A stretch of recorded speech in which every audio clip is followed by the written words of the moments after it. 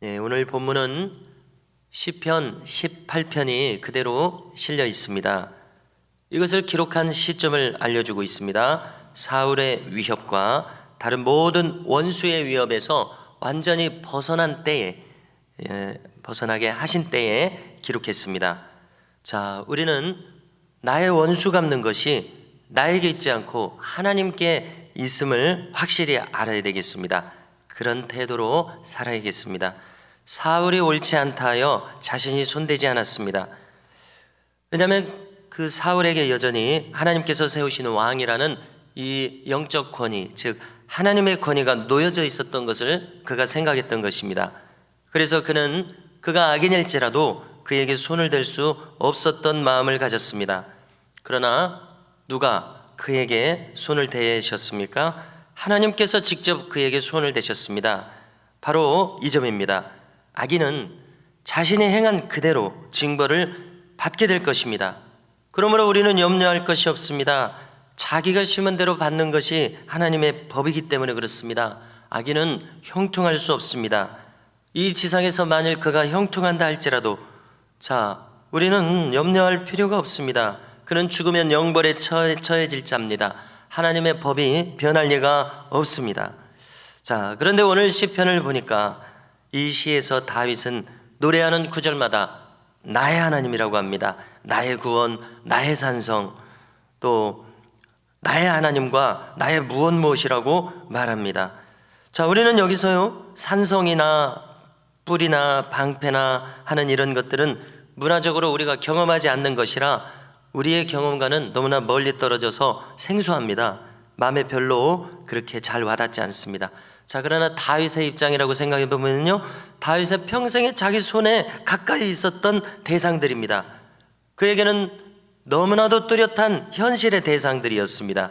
정말 하나님이 그의 방패가 되셨습니다. 산성이 되셨습니다. 여기 나의 하나님, 나의 무엇이시라는 이 고백을 주목해 보십시오. 그래서 우리도 이렇게 다윗처럼 나도 나의 하나님이 나를 구원하셨다는 나의 신앙 고백이 있어야 될 줄로 믿습니다. 그래서 내가 평생 직접 경험한 나의 하나님, 나를 살려주신 하나님, 나에게 은혜 주신 하나님, 이런 하나님과의 직접적인 관계가 없이는 우리의 신앙이 성립하기 어렵다고 생각합니다.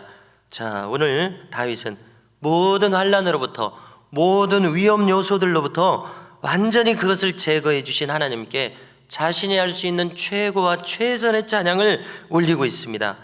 하나님은 정녕 그에게 방패와 구원의 뿔, 망대와 피난처가 되셨습니다. 전장터에서, 광야에서, 원수의 손에서 그때마다 하나님은 그를 온전히 구원해 주셨습니다. 여기 그가 당했던 환난의 표현들이 있습니다. 사망의 물결이 엄습하고 있다, 이렇게 표현합니다. 갑자기 홍수가 들이닥친다. 스올이라는 말을 썼습니다. 원래 무덤이라는 뜻이죠. 그래서 어떤 오래된 신앙서적이나 설교책이나 이런 데 보면은요, 저승이라고 표현해요. 이 스올을 저승. 좀 생소하죠. 다른 종교의 표현인 것 같기도 하고요. 저승의 줄이 다윗을 묶어서 끌고 내려간다, 이렇게 표현할 수도 있습니다. 지옥이라고 표현해 보면요, 스올을 그렇게 해석할 수 있습니다. 원래 무덤이지만은요, 그것이 나타내는 바가 지옥이라면 지옥의 줄이 다윗을 끌고 내려갑니다. 근데 이제 다윗은 지옥 갈 사람은 아닐 것이니까 사망의 줄이라고 표현하면 사망의 줄이 다윗을 묶어서 끌고 내려간다, 이 표현이 가장 이제 적합해 보입니다. 그래서 결국 6절 끝을 보니까 사망의 올무가 자신에게 이르렀다, 이렇게 환난을 표현하고 있습니다. 결과적으로 무슨 뜻입니까? 죽음 직전까지 자기가 몰렸다는 뜻입니다. 그때 다윗은 어떻게 했습니까? 부르짖었습니다. 7절입니다. 그가 부르짖었더니 하늘의 성전에서 하나님께서 그 기도를 들으셨다고 합니다. 부르짖는 기도를 들으셨습니다. 그러므로 우리가 하나님께 올릴 기도는 이 부르짖는 기도입니다. 죽음의 직면에서 저절로 나오는 이 부르짖는 기도 말입니다. 그래서 우리의 기도의 자세 중에 나를 살려주시라는 이러한 부르짖는 기도가 있어야 될 줄로 생각합니다. 만약에 우리가 영적으로 잠들었다가 깨어났다고 한번 해보십시오. 그러면은 내가 그동안 너무 태평했구나, 이런 것을 깨닫게 되지 않겠습니까? 이런 심정에서 우리는 부르짖게 될 것입니다. 그래서 우리 모두에게 이 부르짖는 기도의 영이 충만하시기를 축원합니다. 부르짖는 것은 여기 기록한 것처럼 다른 말로 하면 살려주시라는 그런 외침이죠. 그러나 자, 우리의 심리를 보십시오. 천하태평하면 살려달라는 말이 나오지 않죠. 살만하니까 살려달라는 말이 안 나옵니다. 위험 요소를 느끼지 못하니까 살려달라는 말이 우리에게서 나오지 않습니다. 그러므로 우리는 만일 내가 영적으로 잠들었기 때문에 이렇게 천하태평인가 이렇게 점검할 필요가 있다는 것입니다. 분명한 것은 영적 위기를 느끼게 된다면 부르짖게 될 것이라는 겁니다. 내가 사망의 올무에 걸렸구나, 이걸 깨달았다면 나를 살려주시라고 부르짖는 길 외에 우리는 다른 길을 찾지 못할 것입니다. 아무튼 다윗은 실제적인 사망의 위기에서 부르짖었습니다. 그리고 하나님께로부터 들은 바 되었습니다. 그를 구원하시는 하나님의 역사가 있었습니다. 자, 이제 다윗의 시의 내용은 8절 이하부터 끝까지 보니까요, 다윗의 시가 온 세상과 우주로 확장돼서 하나님을 노래하고 있습니다. 그가 보니까 하나님이 온 세상에 가득하고 계십니다. 땅과 하늘, 별과 자연 만물 모든 것이 하나님을 나타내고 있음을 그가 깨닫고 여기 기록했습니다. 자, 이러하신 하나님께서, 온 세상의 하나님께서 18절에 보니까 원수들의 손에서 나를 구원하셨다 노래합니다. 이 말을 하려고 한 것이죠.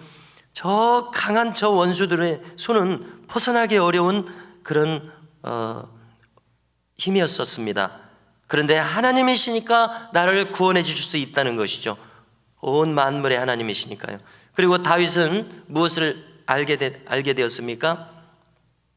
오늘 시편 읽은 부분의 마지막 부분을 보니까 자기가 구원받을 근거, 자기가 하나님께서 나를 어여삐 보시고 구원해 주실 근거는 무엇인가 생각할 때 자기가 하나님께 의로운 태도를 가졌다는 것입니다. 공의로운 태도, 깨끗한 몸과 마음. 21절을 보십시오. 그는 말씀을 지켰다고 자기가 말합니다. 악행하지 않았다고 말합니다. 하나님의 법도를 지키면서 살았다고 말합니다. 그래서 다윗이 깨달은 것이 이것입니다. 내가 행한 대로 갚으셨구나, 내가 깨끗하게 행함으로 그대로 갚아주셨구나, 이것입니다.